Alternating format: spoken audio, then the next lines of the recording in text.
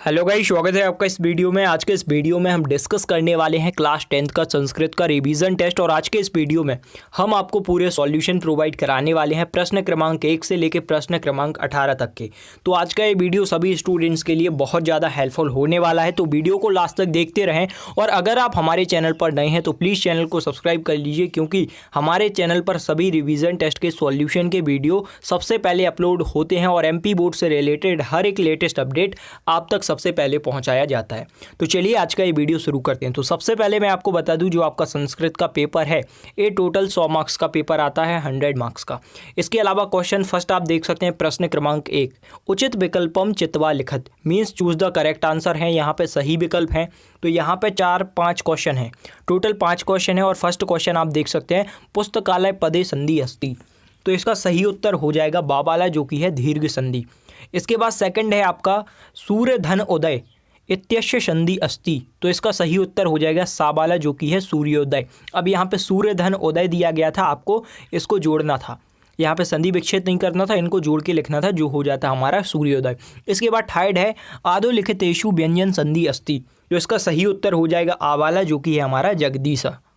इसके बाद है फोर्थ क्वेश्चन इसी में, जो कि है सदे पदे संधि अस्ति, तो इसका सही उत्तर हो जाएगा सा, जो कि है हमारा एक वृद्धि संधि यहाँ पे दी हुई है, वृद्धि संधि है, इसका करेक्ट आंसर हो जाएगा सा वाला।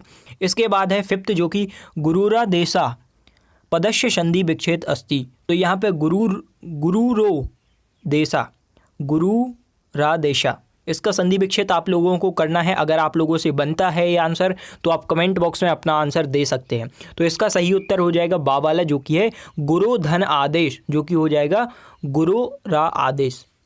ठीक है, तो यहाँ तक हमने प्रश्न क्रमांक 1 डिस्कस कर लिया है। इसके बाद हम आगे बढ़ते हैं और प्रश्न क्रमांक 2 देखते हैं। तो यहाँ पे फिर से हैं उचित विकल्पम चित्वा लिखित, जो कि है आपके सही विकल्प चुनिए। तो यहाँ पर फर्स्ट क्वेश्चन है पंचवटी पदे समास अस्ति, जो इसका सही उत्तर हो जाएगा साबाला, जो कि हमारा फर्स्ट द्वंद्व समास। इसके बाद सेकंड है आदो लिखितेषु बहुब्रीहि समास अस्ति, तो इसका सही उत्तर हो जाएगा आ, जो कि है आपका पीताम्बर।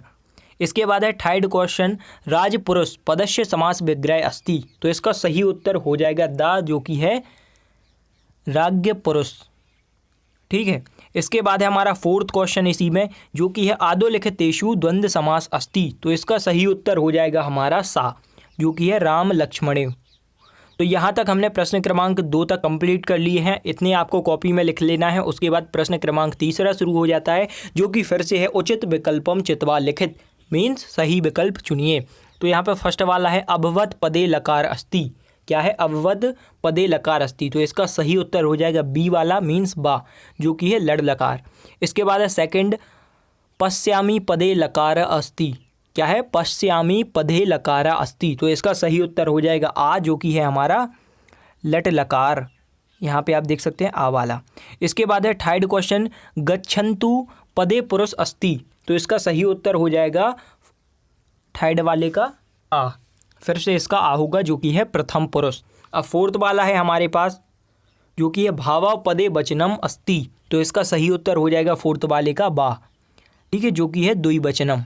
इसके बाद है फिफ्थ बचा हुआ है इसी में, जो कि है पश्यति पदे धातु अस्ति, क्या है पश्यति पदे धातु अस्ति, तो इसका सही उत्तर हो जाएगा आ वाला, जो कि है दृश्य, क्या है दृश्य।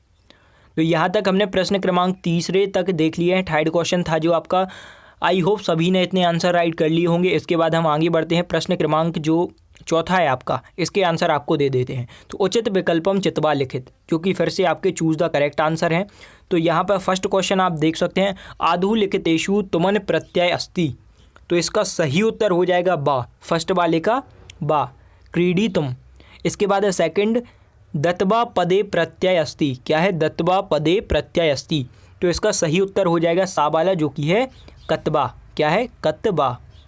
इसके बाद है इसी में थर्ड क्वेश्चन आप देख सकते हैं कतवतु प्रत्यस्य उदाहरणम अस्ति, क्या है कतवतु प्रत्यस्य उदाहरणम अस्ति, तो इसका सही उत्तर हो जाएगा थर्ड वाले का आ, जो कि है कृतवान।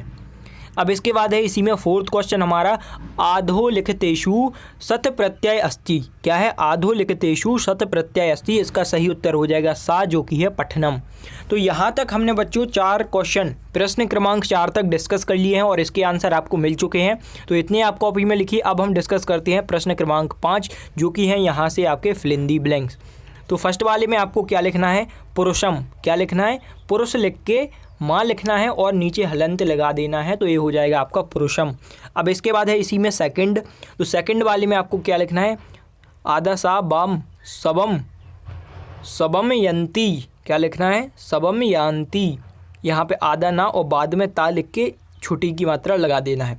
तो आपको ये वर्ड लिख देना है और आप बुक में भी ढूंढ सकते हैं इसके अलावा। और अब हम डिस्कस करने वाले हैं प्रश्न क्रमांक 6वां। यहाँ पे फिर से फिल इन दी ब्लैंक्स है, रिक्त स्थान की पूर्ति कीजिए। लेकिन यहाँ पे आपको ऑप्शन दिए हुए हैं, 5 ऑप्शन दिए हुए हैं।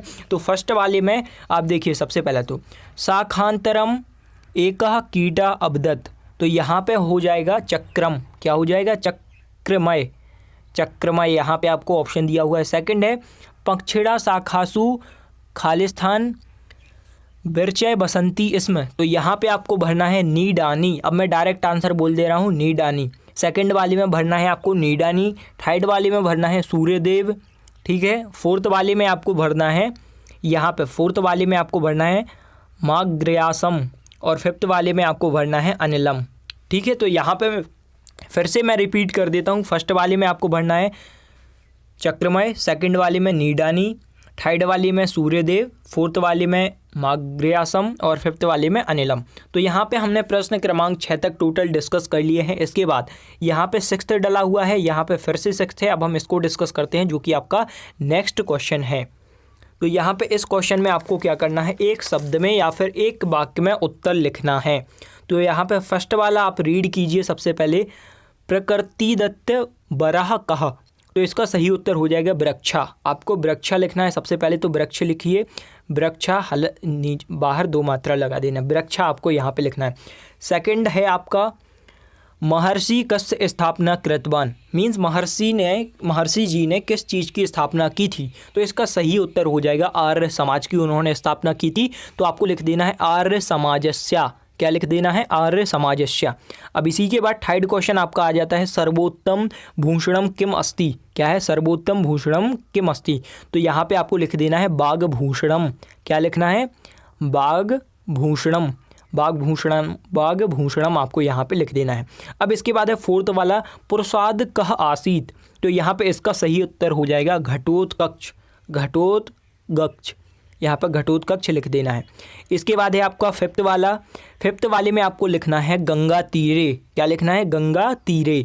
इसके बाद है 6th वाला, भारतस्य प्रथम प्रधानमंत्री कह आसीत। तो यहाँ पे आपको बताना है भारत के पहले प्रधानमंत्री कौन थे। तो यहाँ पे इसका उत्तर आपको लिखना है, खुद से आप लिख सकते हैं, ये तो सबको पता होगा, पंडित जवाहरलाल नेहरू। लिखने के बाद ऊपर आपको बिंदी लगा देना है पीछे की तरफ, पंडित जवाहरलाल नेहरू लिख के। ठीक है।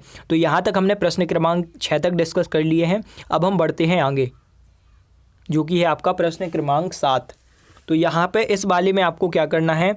सबसे पहले तो मैं आपको बता दूं, वचन लिखना है और यहाँ पे आपको सामने विभक्ति दी हुई हैं। तो वचन लिखना है, मैं आपको सभी चीज़ें बताऊँगा, तो आपको लिखते जाना है अपनी कॉपी में। तो सबसे पहला तो आप देख लीजिए राम। अब राम को चतुर्थी विभक्ति में लिखना है, राम को। ठीक है। तो आप सबसे पहले लिखेंगे रामय। सबसे पहले आपको किस तरीके से लिखना है ये हम आपको बता देते हैं। सबसे पहले आपको ऊपर लिखना है विभक्ति और नीचे डालना है राम, राम लिखना है। और यहाँ पे वचन लिखना है, वचन की हेडिंग डालना है और नीचे फिर जो मैं बोल रहा हूँ वो आपको लिख देना है टेबल बना के। तो सबसे पहले आप लिखेंगे एक वचन में रामय, फिर उसके बाद लिखेंगे रामभ्यम, उसके बाद लिखेंगे रामभ्य। मैं लिख देता हूँ स्क्रीन पर। सबसे पहले आप लिखेंगे रामय, ठीक है, इस तरीके से। उसके बाद लिखेंगे रामभ्यम, रामभ्यम। यहाँ पे आपको कोई 3 करना है, लेकिन मैं आपको 4 ही बताऊंगा ताकि आप चारों कर सकें। चारों में से जो आपको सही लगे वो आप कर लीजिए। रामभ्य इस तरीके से आपको लिखना है। और सेकंड वाला है जो हमारा साधु। तो साधु को आप कैसे लिखेंगे? सबसे पहले तो लिख देंगे आप साधो, साधो लिख देना है। उसके बाद लिखना है साधुभ्यम, साधुभ्यम, साधुभ्याम। उसके बाद लिखना है साधुजस, साधुयस। साधु लिखने के बाद आधा सा और या, ठीक है, इस तरीके से। अब थर्ड वाला आपका है रामा, रमा, रामा नहीं, यहाँ पर रमा है। तो फिर लिखना है रमा का आपको रम्या, रा मा या में की मात्रा या रम्या। उसके बाद लिखना है रमाभ्यम, रमाभ्याम। उसके बाद लिखना है रमामी। तो यहाँ पे इस तरीके से आपको लिखना है। इसके बाद राजन लिखना है आपको, राजन दिया हुआ है जो, सबसे पहले तो आप राजन लिखेंगे। उसके बाद राजा नाम, नाम लिखेंगे आप बाद में, तो आपको माँ के नीचे हलंत लगा देना है, राजा नाम। उसके बाद लिखेंगे आप राज्ञा। ठीक है, इस तरीके से आपको करना है। तो यहाँ पे कोई 3 आप कर सकते हैं, कोई 3 आपको करना है। और उसके बाद हम आ जाते हैं क्वेश्चन 8 पर। यहाँ तक हमने 7th डिस्कस कर लिए हैं, क्वेश्चन नंबर 7 तक। या इसके बाद हम आ जाते हैं प्रश्न क्रमांक 8 पे। तो यहाँ पे गद्यांश दिया हुआ है, आप स्क्रीन पर देख सकते हैं। गद्यांश के उत्तर हम आपको बताएंगे। तो सबसे पहला आप देख सकते हैं क्वेश्चन फर्स्ट, देखिए आप इसमें। तो सबसे पहला दिया हुआ है, इसका आंसर आपको ऊपर ही मिल जाएगा। तो इसका आंसर आपको डायरेक्ट लिख देना है। मैं डायरेक्ट आपको आंसर बता रहा हूँ ताकि वीडियो ज़्यादा लंबा ना हो। तो सबसे पहले में आपको लिख देना है, यहीं पे आपको आंसर मिल जाएगा। सबसे पहले आप ढूंढिए एक बार खुद से, उसके बाद मैं आपको बताता हूँ।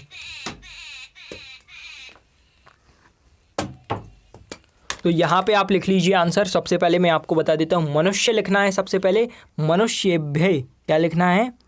मनुष्य, मनुष्य लिखना है सबसे पहले। तो उसके बाद